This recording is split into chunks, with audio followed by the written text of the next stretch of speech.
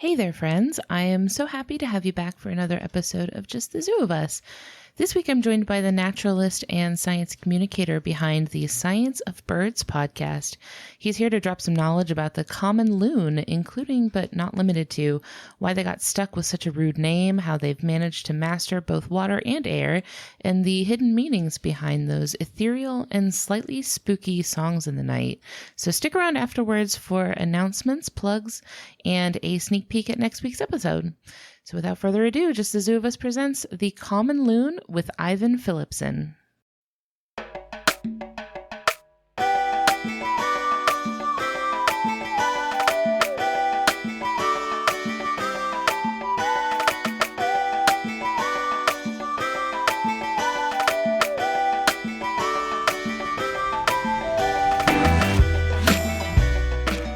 Everybody, this is Ellen Weatherford. I'm here with Just the Zoo of Us. This is your favorite animal review podcast.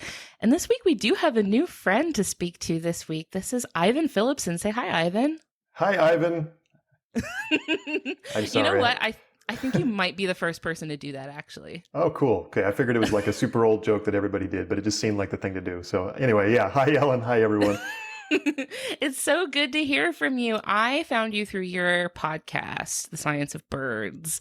Can you introduce yourself a little bit for our listeners that might be new to you? Yeah, thank you. Again, Ivan Phillipsen.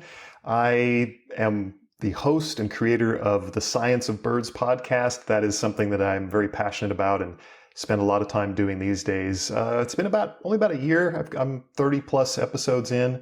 It's the science of birds, so it's focused on ornithology and biology, but, kind of like your podcast, has a lighter tone, and, I try to have a more casual approach, even though it does dig kind of deep into the topics, either individual bird families or species or just general topics in ornithology. So I have a lot of fun doing that. I also am a co-owner of a small tour business. I take groups of folks to various places around the world to do bird watching tours, nature tours, that sort of thing. And that's a super fun gig. Finally getting back to doing it. We just went to Iceland and Alaska this summer. That was really amazing. Heading to Mexico pretty soon. So that keeps me busy as well. And before all of that, I was in academia. I'm a biologist by training. Got a master's in biology, PhD in zoology, and all that fun stuff. I was in school for way too many years. And then I just, made a big shift into this world of being a guide and an educator. And I absolutely love it. It's totally a blast. You have carved out a lot of opportunities for yourself to really share the passion and the knowledge, right? I think that's something that gets discussed a lot with academia is how knowledge stays locked in academia. So you're getting out there and sharing it with people and making sure that knowledge actually gets out there to randos like me. Yeah, I agree. Academia is wonderful. There's so much valuable work being done and I enjoyed my time there. But what I realized eventually was I felt like my own gifts were in translating kind of the ivory tower challenging topics into something that randos can understand. Yeah, there's a lot of value in that. And I bet you get to have a lot of really amazing experiences, like taking people out into nature to see things that they've probably never seen before. Oh, absolutely. I mean, that's one of the joys of what I do is standing beside somebody, seeing something amazing for the first time, whether it's a bird or a whale or, some cool mammal in Africa. And the person sometimes is literally crying because they're so happy and so, in awe of what they're seeing. And maybe I've seen that same thing a million times, or maybe it's my first time too. And so I'm sharing in that experience with them and it's fantastic. So along that line, how did you develop a focus on birds? How did birds become the thing that you decided to focus on with your podcast and things like that? How did birds find their way into your heart? That's an interesting question because, as a kid, I was always into nature, always into animals, just crazy about critters. And I was always reading books about stuff, but it was the early focus, and for most of my life, was on reptiles and amphibians, actually. So that was kind of my jam. And I went through grad school studying frogs and doing population genetics and evolutionary biology with amphibians.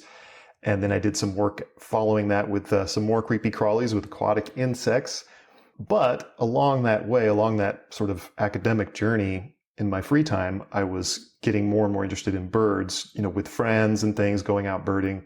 I did take an ornithology class. That really helped a lot when I was an undergraduate. When I did the switch to being a guide, I was doing local tours in the Portland, Oregon area where I live. And I was just doing these kind of hiking tours, but that were also focused on nature. And, it just became more and more obvious to me that if you like animals and you want to go out and find animals, well, the animals you're most likely to see are birds. The most charismatic critters you can find easily are birds. I mean, you can try to go find a snake or a frog or some kind of mammal, but good luck, whereas birds they're always out there. They're everywhere. They're in your backyard, they're in parking lots, they're everywhere. So I'm looking at a bird right now. See, yeah, there you go. I'm at my computer and my window's right next to me. I'm looking at a bird. Yeah, totally, right? I could do the same, look out my back window. And so I don't know, it just kind of was this natural evolution for me, and I've just kind of gotten more and more immersed in it.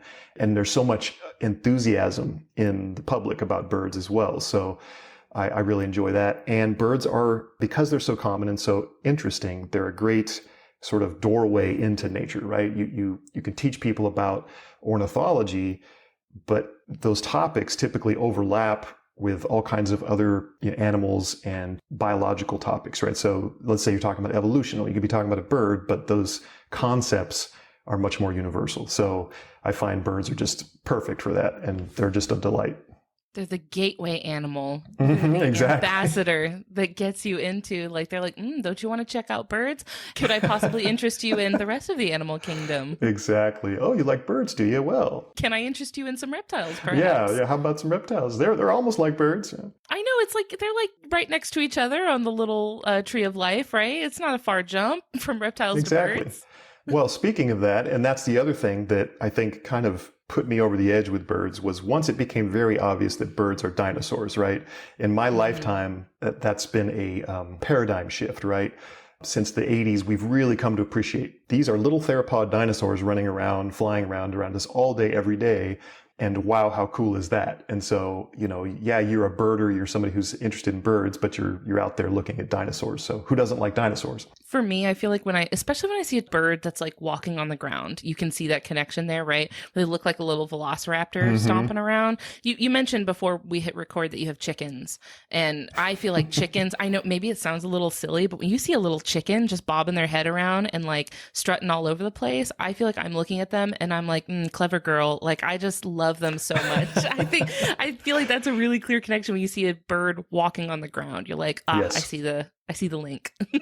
Absolutely. And imagine if you could, sort of mentally remove all the feathers, it would be even more of a dinosaur impression. Absolutely. I know. It's so cool. Well, since we're talking about birds, today we're going to focus, at least try to focus. I always struggle with focusing, but we're going to try to focus on a bird that I admittedly know almost nothing about. So I'm really excited to learn about it. This is the common loon. Yes, the common loon, a very charismatic and interesting bird. It's, arguably one of the most celebrated birds in North America, after perhaps the bald eagle. Most people have heard of loons, as you and I were talking before we recorded about. We've heard of them, but maybe you haven't seen one before, or you don't really know what a loon is, depending on where you're living in North America. People who live in the north tend to be more familiar with these birds. But yeah, they are fascinating. They've got a lot of interesting adaptations that we can talk about. And yeah, they're just charismatic for a couple big reasons. For sure. So when I think of a loon, I'm going to describe to you exactly the mental image I have. I imagine a loon, which is this sort of slender, long-beaked sort of bird, sitting on a pristine lake in the mountains with misty fog around it. It's a very picturesque scene for me. I imagine them in this big, on still waters that look like glass with the mountains towering behind them and stuff. My idea of what a loon looks like is very dramatic. So what sort of context would you see a loon in? Where do they live? Yeah, well, I think your little vignette there that you just painted for us is actually pretty accurate. That is what they do. They are very commonly seen on lakes, large lakes, typically with very clear water, either in the mountains or somewhere that is forested, right? So in the northern latitudes, the northern U.S., well up into Canada, all the way up into Alaska, also in parts of Northern Europe, so Iceland, Greenland, places like that. But yes, big, large bodies of water. They're very aquatic birds, so they're floating around. That classic kind of misty scene is one that I picture myself as well. It's like it's on a postcard, right? Absolutely. Yeah, it's a postcard. I don't know if you ever saw it. I saw it when I was a kid, On Golden Pond, this movie from the 80s. And they talk about loons a lot in that movie from what I remember. And you can hear the song of the loon, which is very ethereal and very haunting. I definitely want to talk about the loon sound because that's one of the only other things I know about the loon. So at some point in this episode, we're going to talk about that. Yes, let's make sure we do that. It's a key component of the bird. But yeah, so the habitat during the breeding season is what you described: large lake in some kind of forested area, usually a deep lake with clear water. It sounds like you'd see it on like a stamp. Like you'd see it like depicted on like one of those really dramatic stamps. It's like celebrating birds. Yeah, and I don't know for sure, but I can almost guarantee that they've been on stamps more than once, for sure, both in Canada and the US. Another thing I wanted to ask you before we really get into like the adaptations of the loon is, where does the loon fall in the bird family tree? So I think of like a bird floating along the top of the water. I think of ducks. Where do loons fall like in relation to other sort of more aquatic birds like ducks? Yeah, I think that's a really important question. They certainly look superficially like ducks, and they swim around the water like ducks, but they are not ducks at all, not even close. Not even a little bit. Not even a little bit ducks, no. It's an example of what we call convergent evolution, which I'm sure you're familiar with. It's fascinating, right? So you have animals that look similar because they have adaptations to a similar lifestyle. So, classic examples being something like a dolphin and a shark, right? They have very similar body shapes because they both swim in the ocean at relatively high speeds, all that. So a loon is in its own family. The family is Gaviidae, and that bird family is in its own bird order, which is Gaviiformes, and there are no other families within that order. So it's kind of its own little branch of the bird evolutionary tree. Just a rogue bird out there doing its own thing. Yeah, just doing its own thing, doesn't care about anybody else, doesn't need any help. They probably their closest relatives, if we could say this, I was looking at an evolutionary tree earlier, would be birds like herons, storks, maybe even penguins. Those are all much closer to loons than, say, ducks. Oh, that's interesting. Yeah, interesting, isn't it? We're very familiar with herons. We got them out in our backyard all the time. There's probably one out there right now. Probably a little heron out there poking around in our pond out here in Florida. But now that you say that, I can see some similarities with like the long pointy beak, and that makes sense now that I actually think about it. Yeah, and this happens a lot where, I don't know for sure, but I suspect that at one point or another, early biologists thought that loons were ducks, and they would have been lumped together. That kind of thing happens all the time. And as ornithologists looked more closely at their anatomy, they learned a lot more about them and realized that they're unique. So, for example, one thing that would set them apart from a lot of other birds would be that they have solid bones. They do not have the hollow bones that we're very, familiar with other birds. That seems like such a strange thing. Such a strange thing, right? Interesting holdout. Well, what do you think, Ellen? Why do you think they might have those solid bones? Why would that be advantageous? I'm trying to think back. So we've talked about on the show, one of the birds that we talked about that had solid bones, I think was the emu. Mm-hmm. Big ratite, doesn't need to fly, doesn't need the hollow bones, no need. Right. And the other one was the emperor penguin that had the solid bones because don't need to fly, not that big a deal. It's okay if you're heavy. And I think it was for cold weather, right? Wasn't it so that they wouldn't freeze? Was that it? Oh, that's interesting. I haven't heard that. That's possible. My understanding is it has more to do with diving, right? So that would make sense with the emperor penguin. As well as the loon, buoyancy is an issue, right? Buoyancy is great for floating around on the surface, but when you're swimming around underwater, you either want to be neutrally buoyant or even a little bit negatively buoyant. So the solid bones helps with that. But interestingly, the loon still has to fly, unlike the penguin. So there's a bit of a trade-off there. That is challenging for the loon. Yeah, it's interesting. That is a great opportunity to get into our ratings for this animal, because that is our gimmick on this podcast. We review animals and rate them out of 10 in different categories. The first one being effectiveness, which are physical adaptations to the animal's body that let it do a good job of the things it is trying to do. What do you give the loon out of 10 for effectiveness? Yeah, this is interesting. Okay, so effectiveness, as a biologist with a background in evolutionary biology, I'm conflicted, right? Because, well, the loon is out there. They've been out there for millions of years. They're doing something right. So it seems like they're thriving, hopefully. And it seems like they should get 10 out of 10 because obviously it's working. But I will back it off a little bit, and I'm going to give the common loon, Gavia immer, that's the scientific name, a 9 for effectiveness. Okay. And the reason why, there's a couple reasons. One is it's so well adapted for diving and swimming, which is great. And that's why it is mostly, that's why it's 9, it's high. But they can't walk on land. So, they can fly, they can swim, but they really are lousy at getting around on land. Oh, no. Yeah. I mean, I've not seen it with my own eyes, but, sometimes these birds will accidentally land in like a parking lot because they'll mistake it for a lake. Oh. And if that bird lands, it's stranded because not only can it not walk very well, and the reason that happens is because the feet are so far back on the body. They're positioned much farther back than, say, a duck is, because that's great for diving. They propel themselves with their feet underwater. But they can't put their feet underneath their body to support their weight. So they get stranded on land, and they also need a long runway to take off. And typically that's from water, right? So being heavy bodied, they have relatively small wings. They need to run across the water, flapping frantically over maybe 100 feet or a quarter mile just to get into the air. So, so they have some limitations. So I think that's kind of why I'm like, okay, we'll shave off 1 point there for all that. That is interesting that they've kind of shifted their legs back into kind of like a rudder almost. Absolutely. And then that's actually kind of in part what they do because, they're kicking their feet really hard underwater. They have large feet, very strong legs. But they will manipulate or maneuver their feet in ways underwater to turn quickly, like a little rudder. They can stick one foot out to the side to turn quickly, yeah. So they're really agile underwater, really phenomenal divers. In fact, in Europe, that's what they're called. This species, what we call the common loon, is the Great Northern Diver in Europe. They have such a cooler name for them.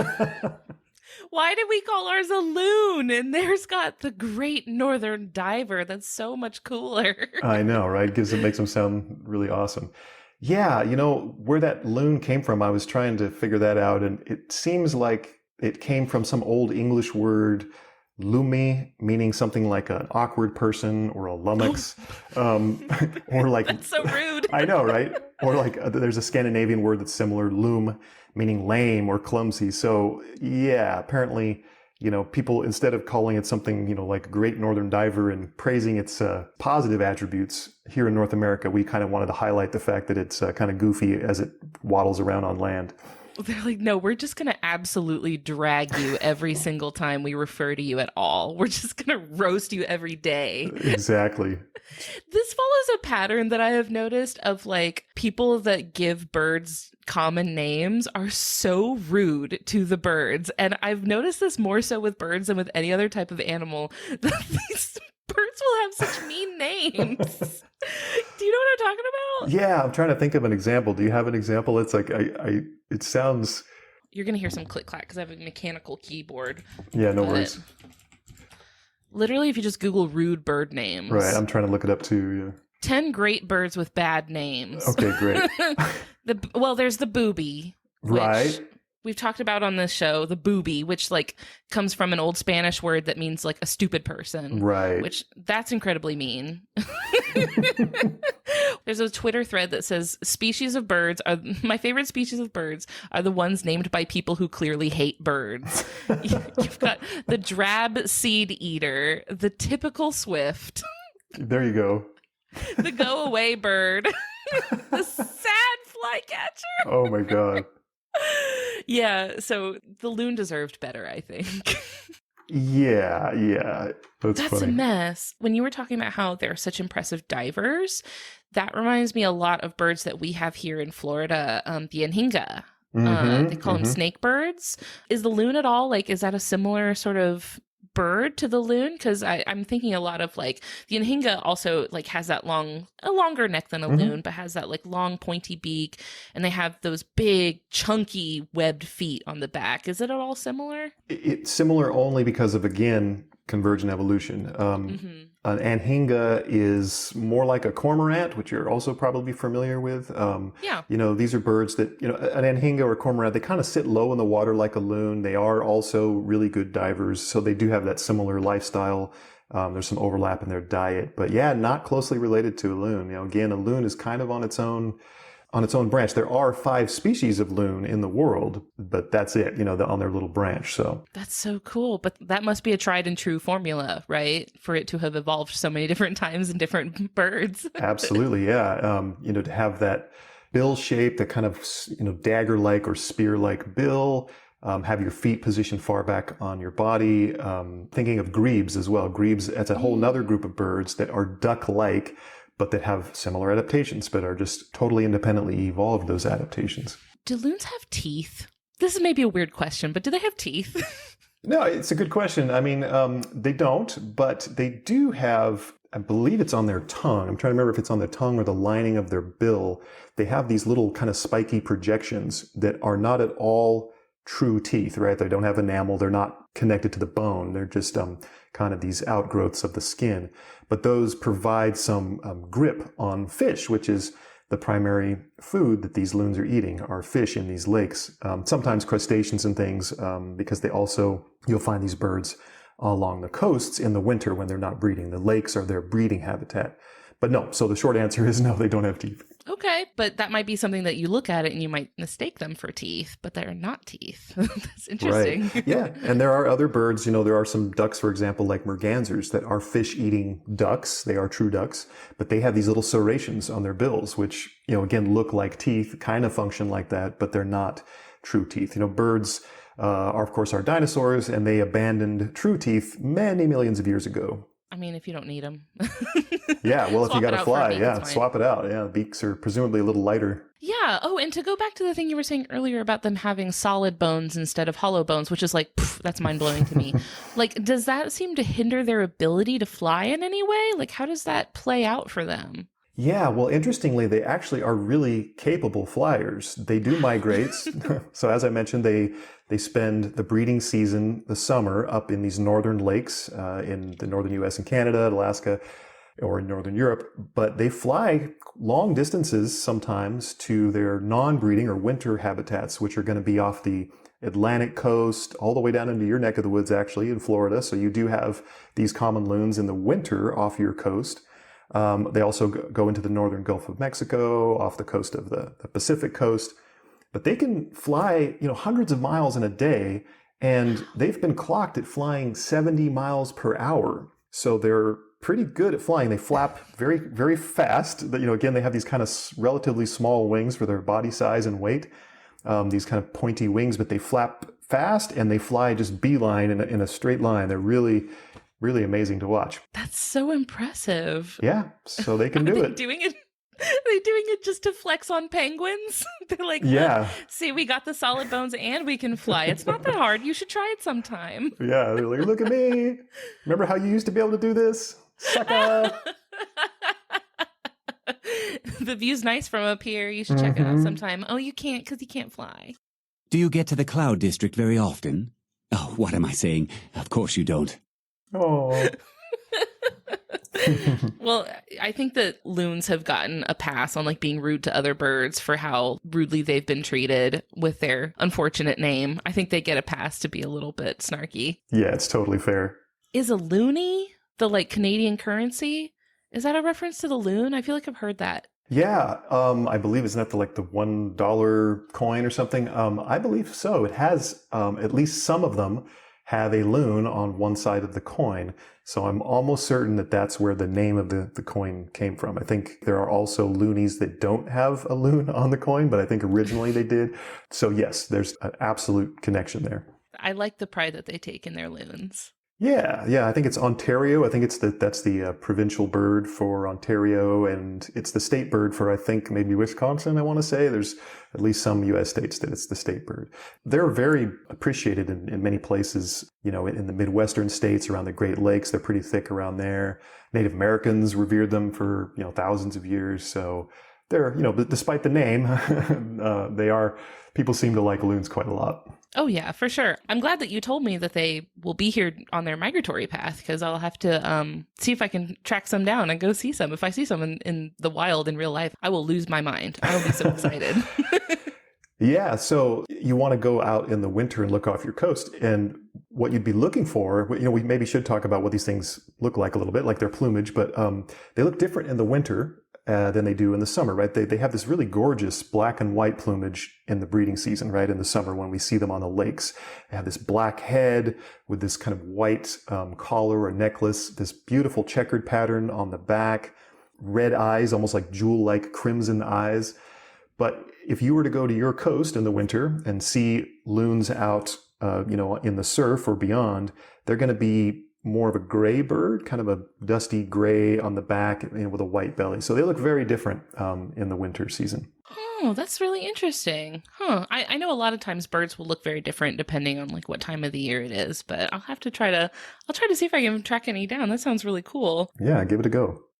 The last thing I wanted to ask about is like when they're doing this migration from like the lakes, more like freshwater environments over into the ocean, like on the coast, what is that sort of transition like for them? Is there anything that like, I'm just thinking about how like fish, for example, sometimes will go between like a freshwater environment and a brackish or saltwater environment. I'm just wondering like what kind of effect does that have on the bird, like going from freshwater to saltwater? Like does the salt mess with them at all? Interesting question. Yeah.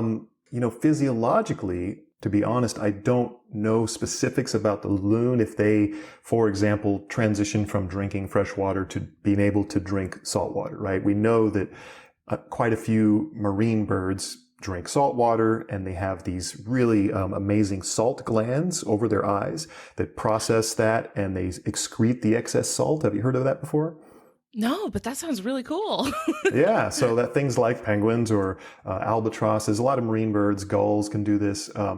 So most birds, if not all birds, have these salt glands, but birds that have access to fresh water, those glands typically aren't very active and they don't do a whole lot. But birds that, have a much saltier diet or live in arid places or drink salt water, they often have these really high functioning salt glands. So whether or not the common loon does anything special with those glands, I'm not sure. So yeah, I think, they may be able to access fresh water even in the winter because they stay close to shore. Typically, they're not like way out in the middle of the ocean. So it's possible maybe they come in and drink some fresh water. And interestingly, and I think I'm right about this, I think that when they eat fish, the water, quote unquote water that's in the body of the fish is actually kind of fresh-ish, you could get your water from your food because the fish, they have this osmotic balance in their own bodies to get rid of salt.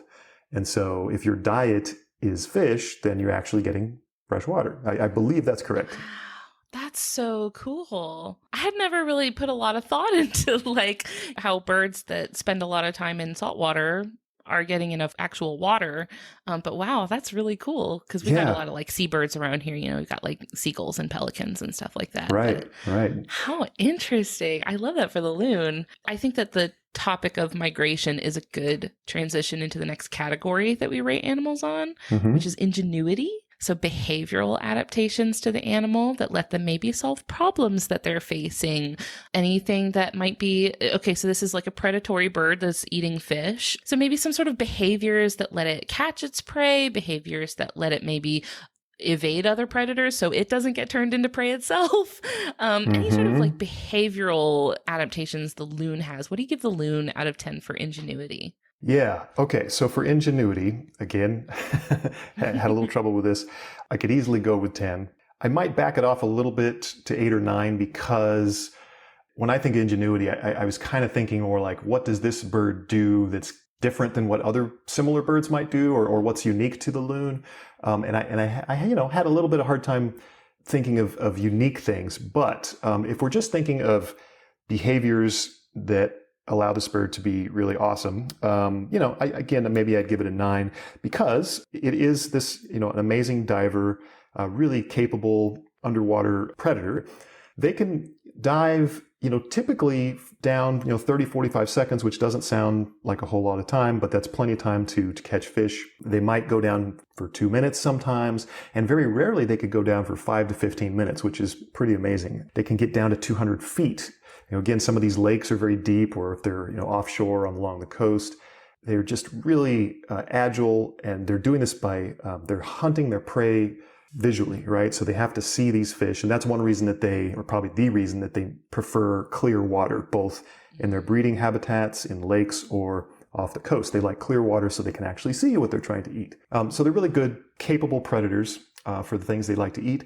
And in terms of evading other predators, well, an adult loon doesn't have too many predators because of the way they live. They're out in the water where things like, coyotes or wolves or bears probably aren't going to chase them around, and they would be able to escape anyway. They tend to like to nest on little islands. That's one of the things they really like in their lakes, is for there to be islands. That's their preferred breeding areas or nesting areas.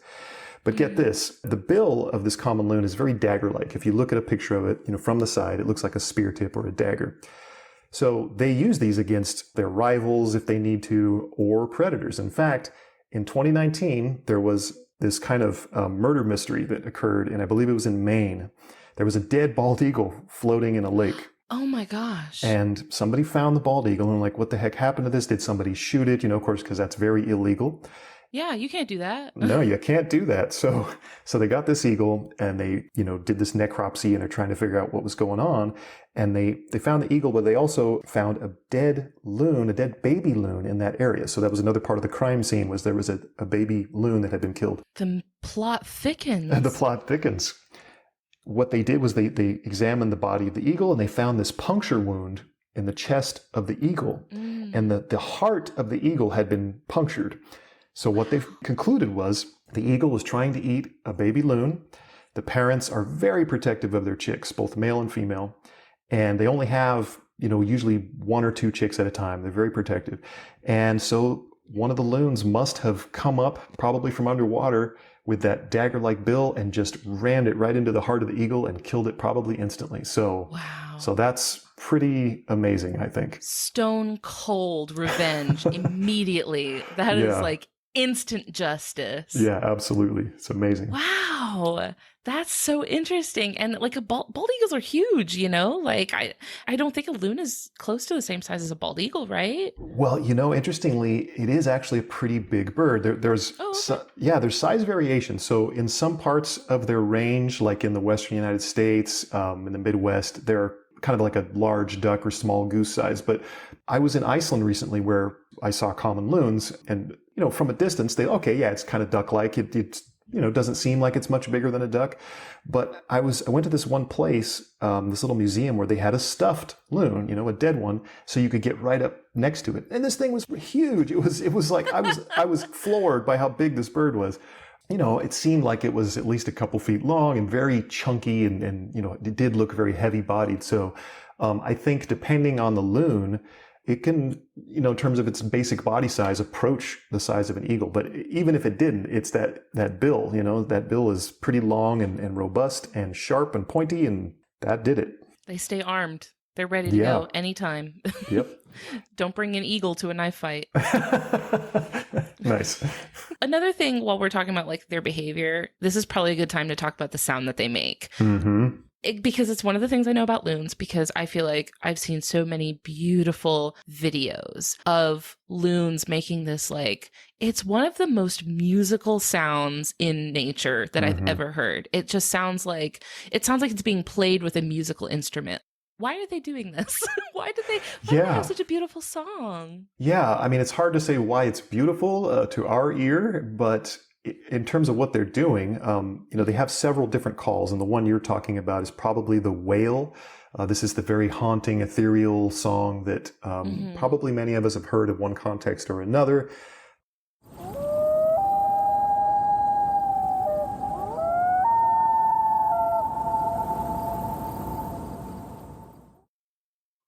They typically do that at night, which is, I think, kind of adds to the mystique of it. Oh, yeah. I would be terrified.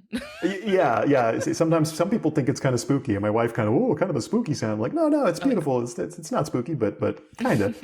It's in the kind of ballpark of like a wolf howl, right? Like that's also a very cool sound, but for a lot of us, it's kind of spooky too. I mean, context matters, right? Like you come out of your house in the middle of the night, it's dark, like you can't see anything, but you can hear like a very ghosty sound on the background. I feel like I would be majorly spooked. Yeah, I agree. Context is very important here. But they do this basically to communicate with each other. Typically, that particular whale call is given by males and females to each other, just staying in contact, because usually on one big lake during the breeding season, you're going to have like one pair of these loons, and they're going to just kind of always want to know where each other is on the lake. And so they typically do that. And they have some other calls too, but that's the really famous, beautiful one. And it's so iconic. It sounds so good. Like I said, where I live, I don't think you would hear this sound typically. I've certainly never heard it in the wild, but gosh, I love a good video of like a loon just singing its little heart out. It's so gorgeous. What do its other noises sound like? It has three other kind of more common sounds. So that's the wail. Then there's the yodel, which is used only by the male. This is kind of, I mean, of course, it's hard for me to reproduce. I mean, you can maybe find examples to play.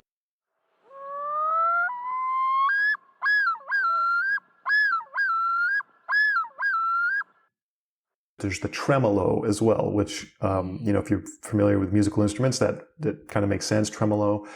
It's a little bit, this kind of wavering kind of sound. It's a little bit shorter. It has a kind of a nice sound to it as well.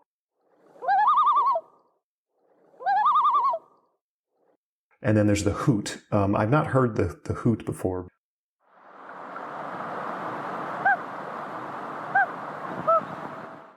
But I think, again, that iconic one is the wail.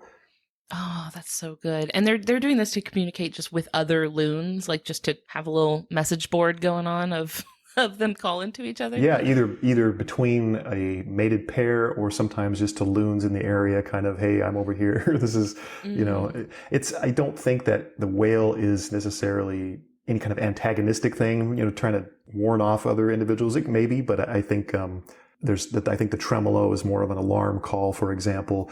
The wail is more just like a contact between mostly mates. Would you expect loons to like get along with other loons, or are they a little bit more kind of territorial, like standoffish to each other? I'm thinking of like some birds that might flock together in like a big group, or versus some other birds that are like, no, just let me have my space and you go over to your own space. Yeah, I think these guys are pretty territorial during the breeding season. As I was mentioning, you're typically going to find just one pair on a lake. And I think the reason that is that they're going to defend that territory from other loons. They all want a similar breeding habitat. You're flying over, hey, that looks like a nice lake. I got a few little islands. Hey, perfect. You fly down and you don't want 20 other loons to show up and be crowding your space, right? So yeah, they would be relatively territorial then. But in the non-breeding season, as is typical for many birds, they're going to be less territorial, and you might see some gatherings of loons and things, off the coast, for example. Oh, okay. Maybe when the pressure's off a little bit, they don't have to flex for their girlfriend. Exactly. After talking about how like beautiful their sound is and how just gorgeous that call is, the last category we rate animals on is aesthetics, which is straightforward. How nice is the animal to look at? What do you give the common loon out of 10 for aesthetics? All right, this one to me is a no-brainer. We're going to go with a 3. No, just kidding. We're going to go with 10. No. It's a clear 10. So yeah, the loon is, as we've been talking about, this kind of iconic bird. It's on stamps, it's on coins, it's in movies. We love this bird. It's big, and that black and white plumage pattern is just so crisp and bold and gorgeous and smooth, Yeah, very, very elegant, smooth, and it's got, there's even some iridescence on the head, a little bit of, kind of sometimes bluish or purple or green, that just a little bit of a sheen there. The eyes are jewel-like, crimson, as I was saying. Is there any particular reason why they're red like that? I know of some other birds that have kind of like reddish, orangish eyes, but like what's the deal with that? Is there like a reason for that? Yeah, I mean, presumably there is, whether or not we know what the reason is. I've heard different things. I've heard, red eyes may have some function in terms of like the way light interacts with them, so that like maybe seeing underwater, like it helps with the wavelengths underwater, the light wavelengths. Sure. Or, and I might lean more towards this as just kind of a null hypothesis. A simple explanation is that it's species recognition, right? Like, why do these birds have these interesting patterns? Because, for example, loons, the males and females are pretty much identical, right? It's not like the male's more colorful than the female. So why have these bold patterns at all? Why not just be like completely camouflaged in your environment if there's no sexual selection? The argument is that it's for species recognition. Like, if you're a loon and you're hanging out on a lake, well, you look all the way across the lake and you see that black and white pattern, you immediately know that it's another loon, a potential mate, or a potential rival. So the red eyes, I think, may just have that kind of function. Like, it just helps in species recognition. Interestingly, the eyes turn gray in winter, so they actually change color throughout the year. Really? Yeah. Wow. Yeah. So I don't know if somebody has a better explanation than that, but so it may have an adaptation or an adaptive function for how they see, or it just may be species recognition. It's just their uniform. Yeah, it just looks good. It does. It's a very successful look. It looks great. We're talking about it right now. It's good. Clearly, they've done it correctly because it looks awesome, and we love the way that they look. A lot of birds, I think, the baby birds can kind of go either way. You either get a really, really, really cute baby bird with like penguins and baby geese are super cute, or you get a horrifying monster. You know what I'm talking about? Like, a lot of baby birds are just ugly. Have you ever seen a baby loon? Are they cute? Yeah, I love the way you introduced that. Yeah, so you know what I'm talking about? Yeah, and if I can just very quickly explain what's going on there, is that you do have these two categories in baby birds. The cute ones are what we call precocial, right? And when you know the word precocious, we use that for little kids, right? Running around, very hyperactive. The ugly alien-like baby birds, we say are altricial. The difference is the ones that are precocial are born ready to rip, right? They've got fuzzy down already, so they're able to withstand the elements. Their eyes are open. They're usually able to walk or to swim immediately, whereas the altricial birds are ones that are completely helpless. Their eyes are closed. They're in a nest. They're basically like a baby human. They just, somebody help me, please. I have no skills whatsoever. So baby loons. Baby loons are in the precocial category, which means they are very cute from day one. They're very fuzzy and cute. They're kind of semi-precocial in that, unlike, let's say, a baby chicken or a grouse or something, those birds can feed themselves almost immediately, right? They can start pecking around in the dirt finding bugs. Baby loons need to be fed by their parents for weeks before they're ready to do it on their own. So their eyes are open, they're ready to swim, but they need help finding food. So they're absolutely super cute, yes. And here's one of the cutest things about them, and this is kind of a famous loon thing. I think you know where I'm going with this, is that within that first week or so of life, the baby loons get up on mom and dad's back and they ride around on the parent's back. And that helps them stay warm and helps them stay protected, and they fall asleep on there and they pass out, and it's so cute for sure. I for sure did not know that. And while you were describing to me what they are like, I did do a quick Google search to look to see a baby loon, and I'm happy to confirm that yes, they're so cute. Oh my gosh. They're like a dark, like a charcoal color, but they're super fluffy. And you can see that like pointy beak is like just starting. So it's like a little baby. It's like a little switchblade, like whereas maybe the grown-up one has like a full-blown like sword. The little baby one is just a little it's just a little The adult's like, that's not a knife. This is a knife. That's what it looks like. And yeah, a lot of the pictures that came up are of a little baby loon riding on the parent's back. It's so cute, yeah. This is revolutionary. I love this so much. And they can't even dive yet. They're very buoyant, and so they just kind of stick their heads in the water and look around, but they can't, they bob like corks, they're not able to sink. And so they're just, totally I shouldn't say totally helpless, semi-helpless. I will say, from the perspective of someone who currently has a small baby running around in the house, I bet those parents are super glad that those babies cannot dive for themselves, right? Oh, like yeah. they're probably super glad that that baby is like tethered to the surface of the water, because otherwise, who knows, that thing could be long gone. They'd be Oh, off yeah. swimming around, living their own life. It'd get itself into all sorts of trouble for sure. I know that's not like a conscious decision, but boy, is that handy for keeping your Yes. baby anchored, like the opposite of anchored. Yeah, he's just floating like a little buoy. Yeah, he's not going anywhere. Oh my gosh, they're so stinking cute. Gosh, if you're listening to this, I know this is a purely audio program, so like this is doing nothing for you if you're just listening to this, but do a quick Google search of a baby loon, because goodness, these are cute. They look like little geese. Yeah, they are, and it's interesting to see those similarities. Unlike the parents, the babies, for a short period, can actually walk around a little bit on land, which I find interesting. That they lose that ability over time. See, it's like you had it. You had it. Yeah. And then at some point along the way, you lost it. Yeah, you could have had a 10 out of 10 on effectiveness. Why did you give up on the walking? Recently, we did an episode on Watson. That has the little claw on the wing, where the baby Watsons could like climb up trees because of the little claw on the wing. And it was the same thing. Like, you have this really awesome tool as a baby. Why do you let it go?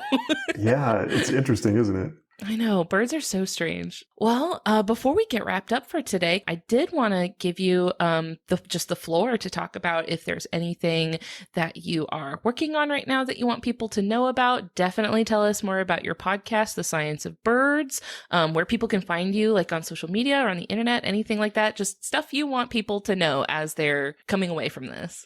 Sure. Thanks, Ellen. Well, first of all, this was super fun. Thanks so much for inviting me on. It's really nice to just have this kind of fun, casual chat. The Science of Birds, my podcast, it's a different format. It's just me. I actually write a script for every episode, which, is pretty time consuming, but I really like doing it that way.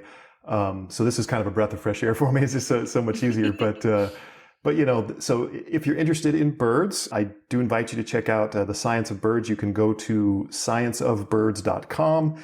You can listen to the episodes directly on the website there if you'd like. Or, of course, you could find the episodes, on any of your major podcasting apps like Apple Podcasts, Google Podcasts, Spotify, all of the things. I try to put an episode out about every 2 weeks, and I usually alternate between talking about a particular bird family. Like, for example, I might talk about the loons, in which case I would talk about the 5 species of loons and about all their characteristics. And then I sometimes talk about things like a particular conservation topic or a topic in bird evolution or something like that. So, I have a million ideas, and it's a total blast. People seem to be into it, and I would love it for your listeners to, if you're interested in birds, check it out. And sometimes people who aren't even that into birds enjoy it, because it's just, again, it's just biology. If you're just into natural history, biology, it kind of gets you into that. And I make jokes, and they're absolutely hilarious. So if you like that sort of thing, yeah, at least I think so. For sure. Yeah, I actually cut on the other day. I was driving my kids to school, and I cut on the Roadrunner episode. And my bouncy little kid was pretty into it. Was definitely vibing with Roadrunners. Nice. Great listen with kids, with kids in the car. I know this show's family friendly. Your show's family friendly. There you go. Like, you're in the car listening with kids. Your kids can't get enough about birds. Cut on The Science of Birds. They'll love it. Yeah. It's funny because I do keep it clean and all that, but I'm targeting an adult audience, but I've gotten feedback from families that are like, yeah, my 7-year-old like totally loves your show. And I'm like, oh, well, okay, cool. Yeah, don't discount, like kids that are like really interested in nature and really interested in animals and interested in natural history, like don't discount what they can understand, Right. It's funny, you get a kid, especially a kid who is like hyper focused on that subject, and my kid is constantly giving me brand new information I've never heard about the things he's interested in, so it's like, that's so cool. But yeah, a nice laid back vibe, very easy to understand if you're not from like an academic background like me, easy to keep up with. Doesn't feel like the sort of thing where you're like, oh no, my head hurts because this is too much. Right. So yeah, cue up The Science of Birds and get a more in-depth look, I guess, into what's going on with our living dinosaur friends. Yeah, exactly. Thanks, Ellen. Yeah, that's kind of the idea, is to go a little deeper, maybe than the usual surface stuff, So I think people who want to dig deeper, it's for them. Yeah. Absolutely, for sure. Well, I can't thank you enough for coming on and sharing your knowledge about loons and birds and all sorts of stuff today. This has been, like you said, has been so much fun. I'm so glad that I got to chat with you today, and we will talk to you later. Thank you so much, Ivan. Thank you, Ellen. It was a total blast, and yeah, thanks a lot. I appreciate the invitation. Cheers. Of course. Thank you. Bye. Bye-bye. I hope you've enjoyed this week's episode. I know I definitely learned a lot about not just loons, but birds in general, and I hope that you did too. If you liked what you heard today, it would mean a lot to us if you left us a 5-star review on Apple Podcasts or maybe Podchaser. You can also connect with us on social media. We are on Twitter, Facebook, Instagram, TikTok, and we even have a Discord server, so feel free to come hang out with us on there. I did promise a sneak peek at next week's episode, so here it is. Next week on Just the Zoo of Us, Christian will be digging into a Mexican reptile disguised as a worm, and I will be reviewing an Australian egg-laying pincushion. We'd like to thank Louis Zong for allowing us to use his track Adventuring off of his album B-Sides as our theme music. That's all for today. See you next week. Thanks. Bye.